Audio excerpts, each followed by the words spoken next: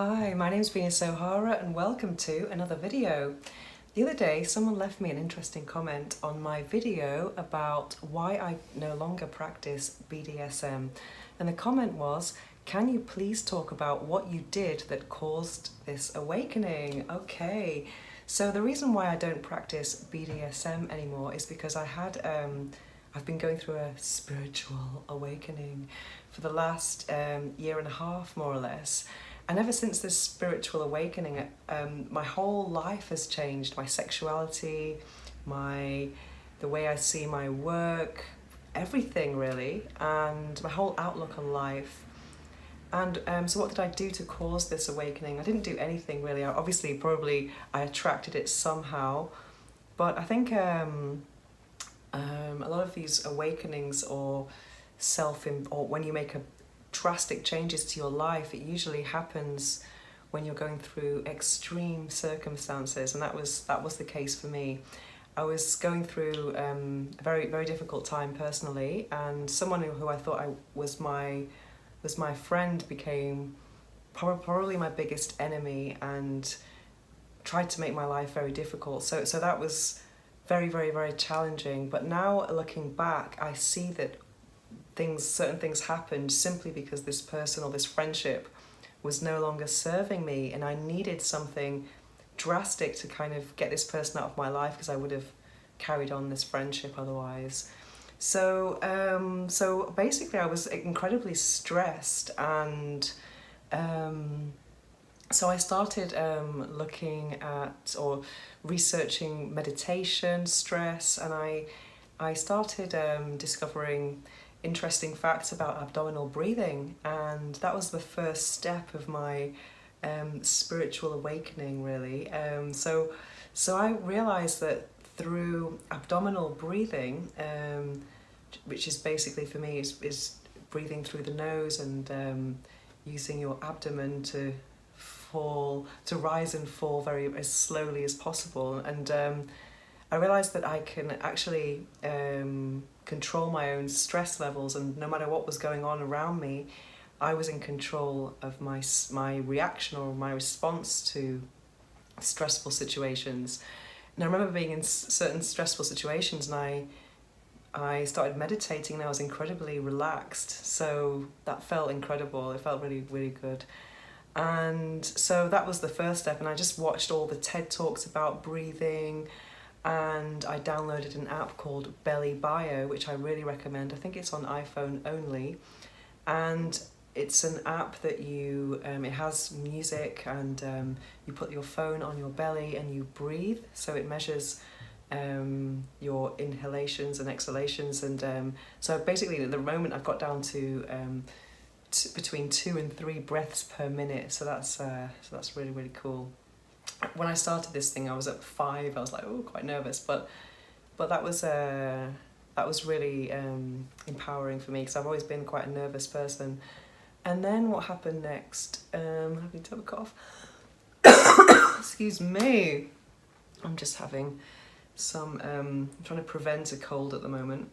I'm drinking squeezed lemon juice and hot water with ginger root. Okay, it's that time of year, so many people coughing at the moment, so I want to prevent a cold. And then what happened to cause my spiritual awakening? For many years I've been vegetarian, transitioning towards veganism. I've been practicing yoga, I gave up alcohol. So when I started to become more spiritual, I realised that a lot of my lifestyle habits were quite conscious, and suddenly they all had a new meaning to me. And then I joined a Zen group, which was very helpful. So I learned a lot about spirituality in this group, and everything I was learning about seemed to make a lot of sense to me. But also a few years ago, maybe 5 years ago, I actually translated a book from Spanish to English about modern day Zen. And I remember just translating it thinking, yeah, I do that already. So I already had Zen potential before my spiritual awakening. But now that I'm awake, I just see everything in a different light, and I feel that I've gone through an ego death, and that's been incredible. It's made me see things so differently. For example, I know now that an ego death, I think, can save you a lot of money. I know I don't have to prove anything to anyone with my possessions or how I look or how I dress or anything like that. So that's really, really, really empowering. And I never really was materialistic in the first place. And also, as far as work is concerned, now I'm really message based as opposed to ego based. And I think maybe a few years ago when I was going through, I published 3 books. So when it was the time of book promotions, I used to get a little bit frustrated with my editors and say, come on, my message is so important. I didn't really say my message, but I just wanted to be promoted more than what I was. And I remember feeling quite frustrated about that. Whereas now, I, as a person, I've taken a step back from my work, and I'm just I feel like an employee of my message. And that means I feel a little bit detached as well. And so if I get any trolling comments, it just means nothing to me. It doesn't feel personal at all, because I know that I've got this big raising orgasmic awareness mission, and that's the most important thing to me. So it's not about my personal goals anymore.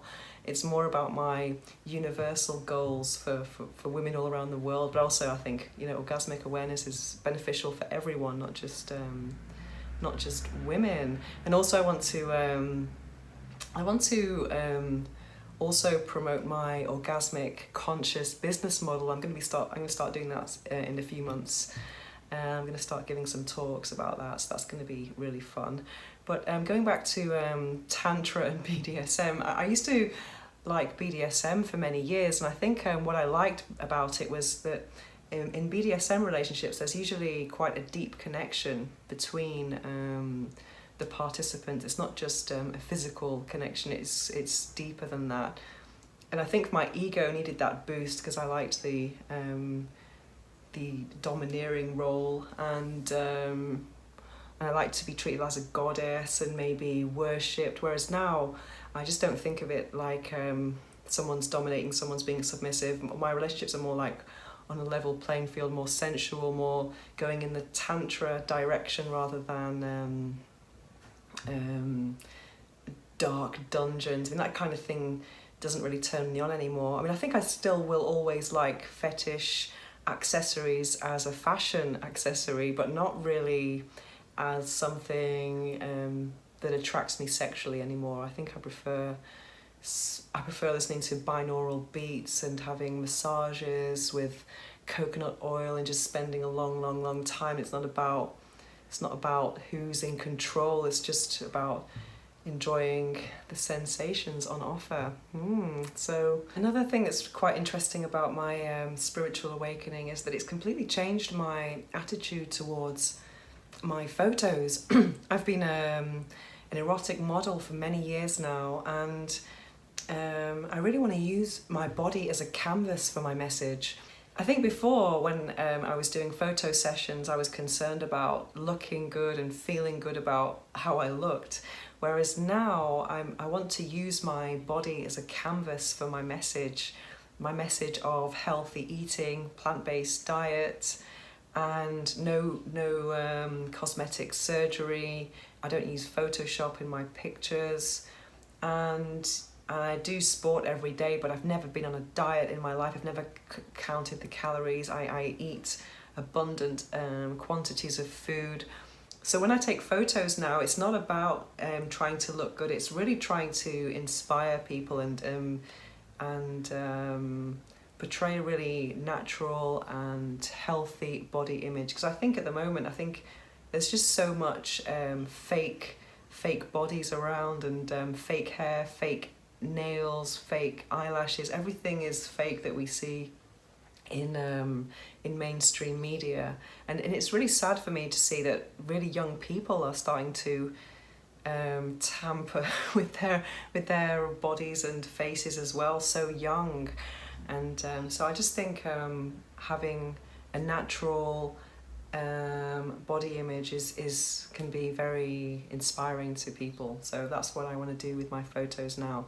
So I feel more detached from my photos now, and I think it's a more positive message. And also when I go to the gym, my objective is not to have the best body, it's to show that you can be vegan and strong. And sometimes when I go to body pump, I mean, I'm one of the strongest people in the class, and I'm female and vegan, and so I really want to use every opportunity I can to express my message. Anyway, I hope you've enjoyed this video, and if you have any questions, leave me a comment below, and you never know, I might answer you in a video. Thanks for watching.